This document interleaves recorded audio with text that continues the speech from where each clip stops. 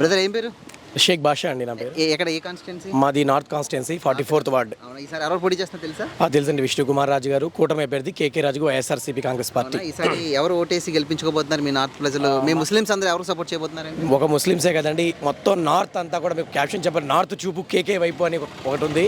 ఈ నార్త్ అంతా కూడా కేకే రాజు వైపే చూస్తున్నారు. ఎందుకంటే ఆయన గతంలో ఓడిపోయినా సరే నిత్యం ప్రజల్లో ఉన్నాడు, ప్రజల కష్టాలు తెలుసుకున్నాడు.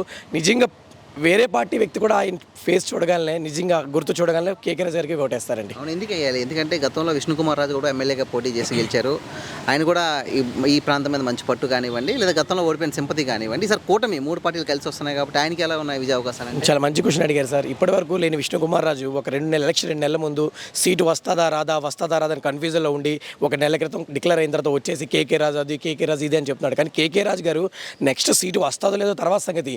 నేను ఇక్కడ నన్ను ప్రజల సమన్వయకర్త ఉన్నాను కాబట్టి, ప్రజలు నన్ను స్వల్ప ఓటంతో ఓడించిన, వాళ్ళ హృదయాల స్థానం సంపాదించిన, నిత్యం ప్రజల్లో ఉన్న వ్యక్తి ఎవరైనా అంటే అది కేకే రాజు గారేనండి. ఈసారి గెలుస్తారంటారు? తప్పకుండా భారీ మెజార్టీతో కేకే రాజు గెలుస్తారు.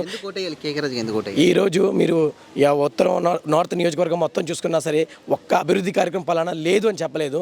ఇంకొక విషయం ఏంటంటే సార్, ఎమ్మెల్యేలు వెళ్ళాలంటే చాలా ఇబ్బందికరంగా ఉండేది. కానీ కేకే రాజు గారు ఎలా అంటే, మనం వెళ్ళగానే వచ్చి ఛాంబర్లో కూర్చోండి అని నిజంగా ఒక ఇంటి కుటుంబ సభ్యుల్లాగా ఆయన మమ్మల్ని ట్రీట్ చేసి మా సమస్యలు తీరుస్తారు సార్ ఆయన. అవునా, గతంలో టీడీపీ 4 స్థానాలు గెలుచుకుంది కదా. అవునండి. ఈసారి ఎలా ఉండబోతుంది? ఈసారి జగన్మోహన్ రెడ్డి గారి ప్రభావం ఫ్యాన్ గిరా విశాఖపట్నంలో కాదు, యావత్ ఏపీలో ఫ్యాన్ తిరుగుతుందండి. అంటే ప్రధానంగా ఏంటి, బీజేపీతో కలిసారు కాబట్టి ముస్లిం వ్యతిరేకత అనుకోవచ్చా, లేదా జగన్మోహన్ రెడ్డి ఇమేజ్ పెరిగింది అనుకో? అంటే ఒకటే సార్, మనం చూసుకుంటాం వైఎస్ఆర్ కాంగ్రెస్ పార్టీ సింగిల్గా వస్తుంది.